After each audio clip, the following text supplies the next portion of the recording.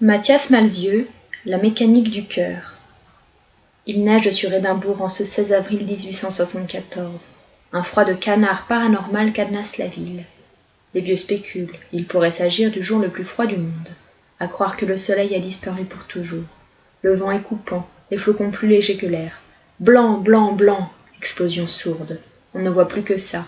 Les maisons font penser à des locomotives à vapeur. La fumée grisâtre qu'exhalent leurs cheminées fait pétiller un ciel d'acier. Édimbourg et ses rues escarpées se métamorphosent. Les fontaines se changent une à une en bouquets de glace. L'ancienne rivière, habituellement si sérieuse dans son rôle de rivière, s'est déguisée en lac de sucre glace qui s'étend jusqu'à la mer. Le fracas du ressac sonne comme des vitres brisées. Le givre fait des merveilles en paillotant le corps des chats.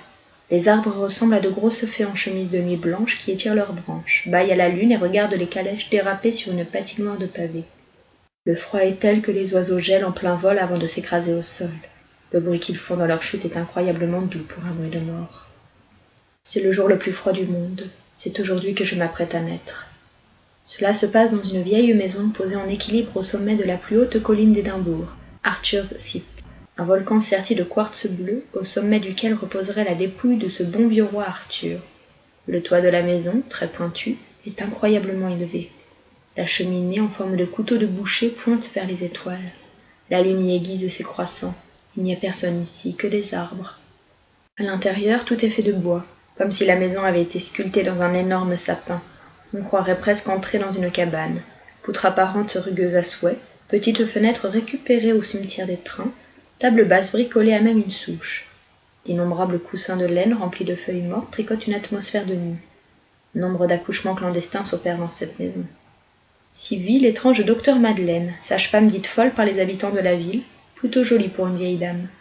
L'étincelle dans son regard est intacte, mais elle a comme un faux contact dans le sourire. Docteur Madeleine met au monde les enfants des prostituées, des femmes délaissées, trop jeunes ou trop infidèles pour donner la vie dans le circuit classique. En plus des accouchements, Docteur Madeleine adore réparer les gens. Elle est la grande spécialiste de la prothèse mécanique, œil de verre, jambes de bois. On trouve de tout dans son atelier. En cette fin de XIXe siècle, il n'en faut guère plus pour être soupçonné de sorcellerie. En ville, on raconte qu'elle tue les nouveau-nés pour s'en faire des esclaves ectoplasmiques et qu'elle couche avec toutes sortes d'oiseaux pour donner naissance à des monstres. Pendant le long trajet de contraction, ma très jeune mère observe d'un œil distrait flocons et oiseaux se casser silencieusement la gueule par la fenêtre. On dirait une enfant qui joue à être enceinte. Sa tête est pleine de mélancolie. Elle sait qu'elle ne me gardera pas. Elle ose à peine baisser les yeux sur son ventre prêt à éclore. Alors que mon arrivée se fait pressante, ses paupières se ferment sans se crisper.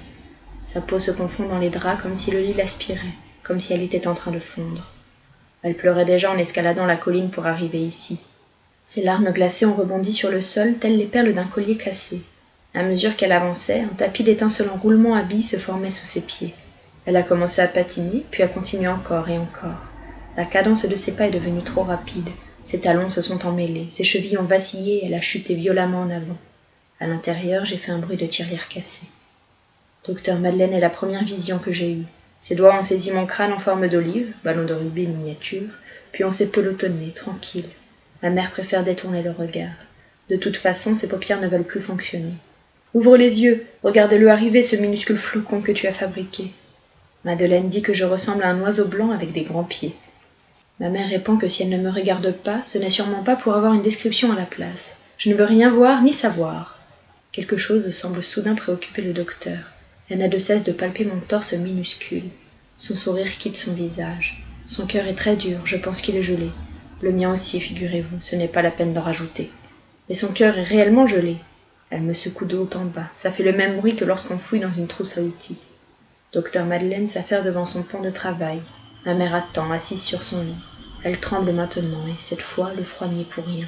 On dirait une poupée de porcelaine échappée d'un magasin de jouets. Dehors, il neige de plus en plus fort. Le lierre argenté grimpe sous les toits. Les roses translucides s'inclinent aux fenêtres, enluminant les avenues. Les chats se changent en gargouilles, leurs griffes plantées dans la gouttière. Dans la rivière, les poissons grimacent, arrêtés net. Toute la ville est sous la main d'un souffleur de verre. Il expire un froid qui mord les oreilles. En quelques secondes, les rares courageux qui osent s'aventurer à l'extérieur se retrouvent paralysés, comme si un dieu quelconque venait de les prendre en photo. Emportés par l'élan de leur trottinement, certains d'entre eux se mettent à glisser le temps d'un ultime balai. Ils sont presque beaux, chacun dans leur style. Anges tordus avec écharpe plantées dans le ciel, danseuses de boîte à musique en bout de course ralentissant au rythme de leur tout dernier souffle. Ils sont presque beaux, chacun dans leur style. Anges tordus avec écharpe plantées dans le ciel, danseuses de boîte à musique en bout de course ralentissant au rythme de leur tout dernier souffle. Partout, passant gelés ou en passe de lettres, s'empalent dans la roseraie des fontaines. Seules les horloges continuent de faire battre le cœur de la ville comme si de rien n'était.